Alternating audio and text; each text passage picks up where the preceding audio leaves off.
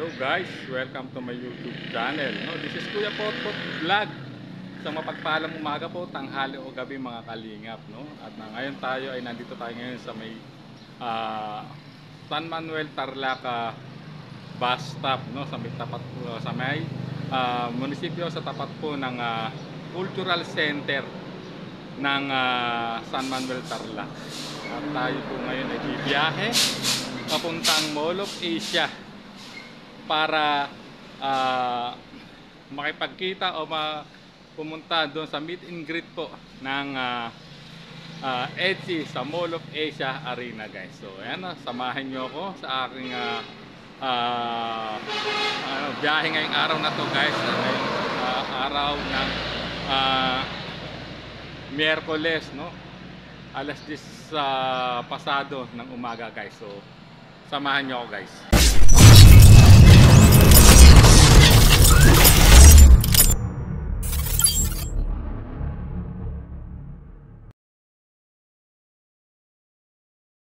So ayan, guys, nandito tayo ngayon sa may San Manuel Municipal Town Hall, dito sa may waiting shed area. At tayo nag-aabang ng bus papuntang Manila, Yung sasakabang natin ay yung diretsong Pasay via T-Flex, na hindi na ito mag-stop overs, sa mga bus stop ng Tarlac or Pampanga, kundi dire-diretso na to. So guys, at nandito tayo ngayon nag-abang ng bus, kasi nga pupunta tayo ng Maynila ngayon, pupunta tayo ng Mall of Asia Arena para sa meet and greet po ng EDSI at ng buong Team Kalingap, sa Mall of Asia Arena. Dahil alam naman natin bukas ay bibiyahe na sila papuntang Hong Kong para naman din, makipag-meet and greet sa lahat po ng Kalingap supporters po na OFW sa Hong Kong. So guys, may papakita ako sa inyo. At dito ako sa may tapat po ng Cultural Center ng San Manuel Tarlac, dito sa highway. Ayan ang Cultural Center ng Tarlac, ng San Manuel Tarlac, Ayan, may kalabaw.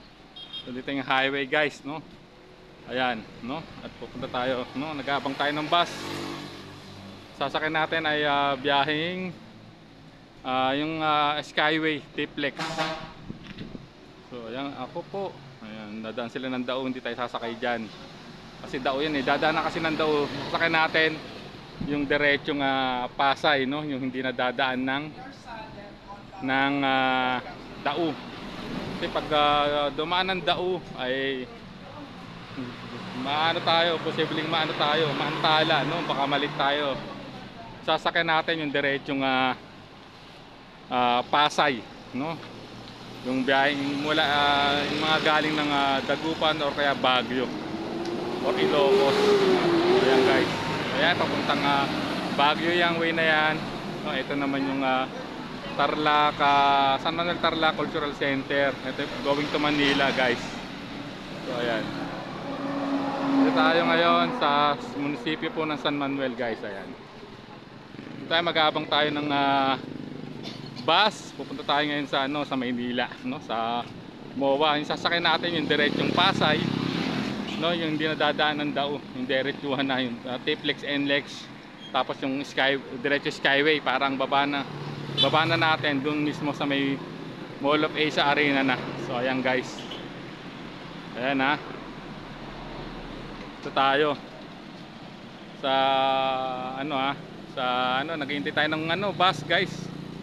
Ayan, nandiyan. Nag-aantay tayo ng bus dito sa tapat mismo ng munisipyo ng San Manuel. So ayan, guys, ayan po yung munisipyo ng San Manuel para makita nyo rin habang nag-aantay tayo ng bus. So ayan, at yun nga, tulad ng sinabi ko ay pupunta tayo ngayon,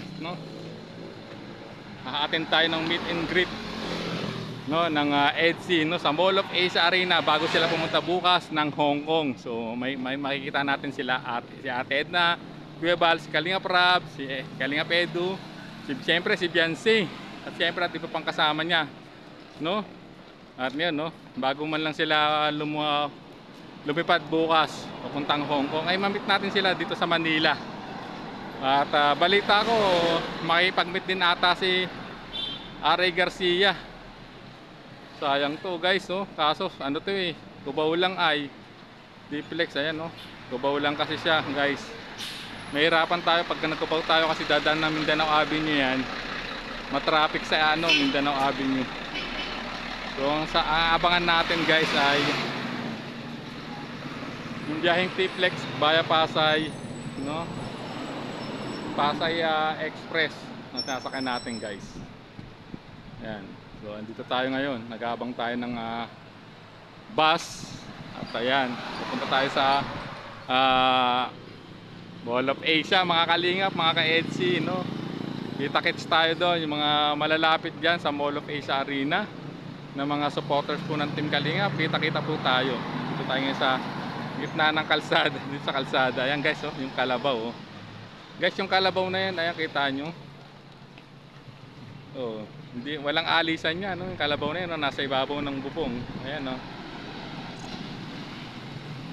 So, ayan guys, grabe, no?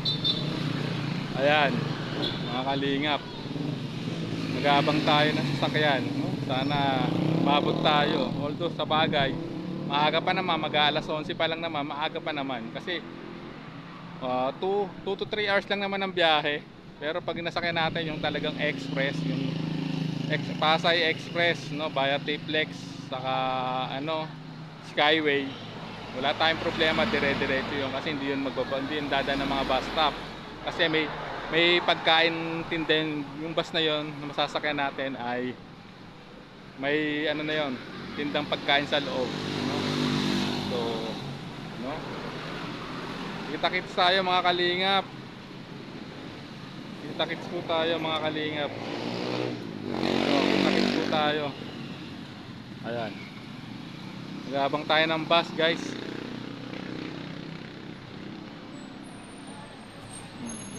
T-Flex daw lang kasi Cubao. Diretsong Pasay yung sasakyan natin guys. Para ano tayo, mabilis guys. At siyempre para kitahin natin ng EDC. Ayan. So ayan, nandito tayo ngayon. So ano lang naman to, mabilis lang, 1 to 2 hours, no? Kasi ang 2 hours nasa Manila na tayo mga 1.5 hour to 2 hours nasa Balintawak na tayo noon. So from Balintawak to MOA via T-Flex, via Skyway, I mean, ay ano lang, 30 minutes lang. So guys, makakapagpahinga pa tayo habang iniintay sila. Kasi siyempre tutat pa natin yung sila Dr. Lab, si Redsin, or sino man nakasama nila para malaman natin, malocate natin kung saan sila sa MOA. Unang gagala, kasi alam naman natin na malawak yung MOA, no? Para maano natin, masubaybayan natin sila guys. So nandito tayo, naghihintay tayo ng bus guys, no? Naghihintay tayo ng bus. Ayan. Naghihintay tayo ng bus. Naghihintay tayo ng bus. Ayan. Ayan, ayan guys, no? Habang naghihintay tayo, tingnan nyo yung kalabaw guys. Ayan. So malapit na rin kasi ang piyesta rito sa San Manuel Tarlac. Ayan guys. So ayan, nag-aabang tayo. Nag-aabang tayo guys, nag-aabang. Nag-aabang tayo. Dito tayo ngayon guys sa ano, Barangay Santa Maria, San Manuel Tarlac, no? Sa tapat po ng munisipyo. Dito kasi yung waiting shed, no, bus stop po. Dito po talaga tumitigil yung mga bus na galing Norte, galing Ilocos, Dagupan, galing Baguio, galing La Union, galing Cagayan. So dito dadaan yun guys. So at ang inaabangan nating ruta ay yung biyaheng T-Flex Pasay Express, no? Sinabing Pasay Express kasi diretsuhan po yan. Sa terminal na po yung magbababa, no?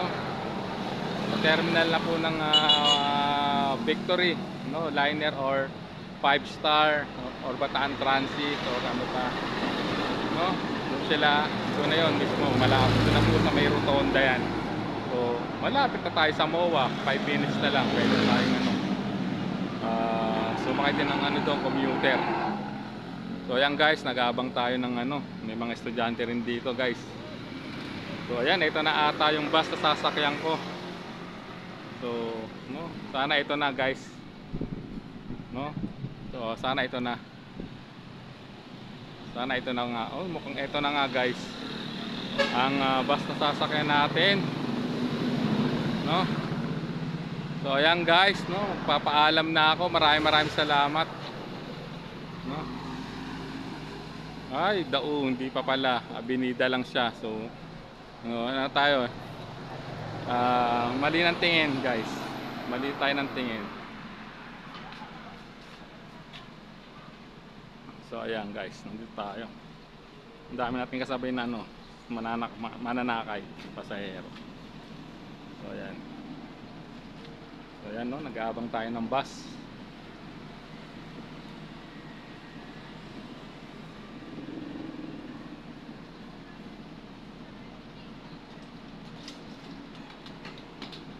Habang ganito na ng bus, oh.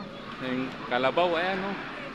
Yung kalabaw na hindi natitinag, no? Ang tagal-tagal na dyan, di pa rin naalis.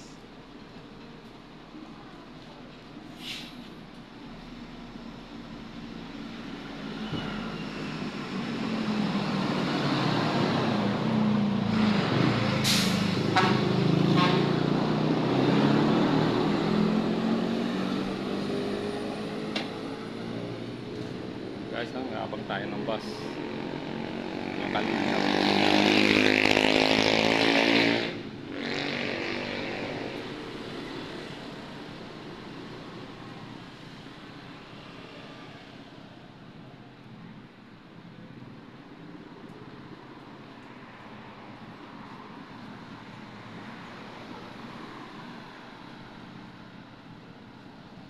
Ayan guys, nag-aantay tayo ng bus, no? Sana may dumaan na para makasakay na tayo.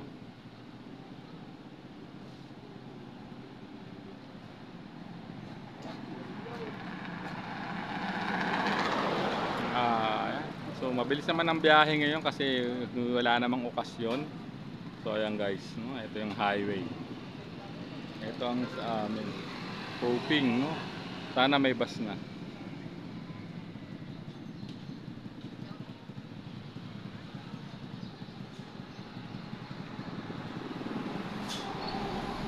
So, ayan na guys. Ayan na, Pasay Express. So guys, sasalubungin ko na to at para makasakay na ako. Kita-kits na lang po tayo mga kalingap sa Mall of Asia, no? Para makipag-meet sa Team Kalingap. God bless po. Maraming salamat. Magpapaalam na ako.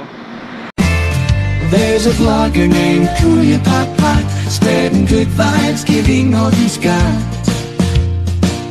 With the camera in his hand, he hits the road, capture moments, sharing stories untold. Kuya Papa, he's the one we adore, bringing smiles, he's got so much more. In this crazy world, he is a ray of light.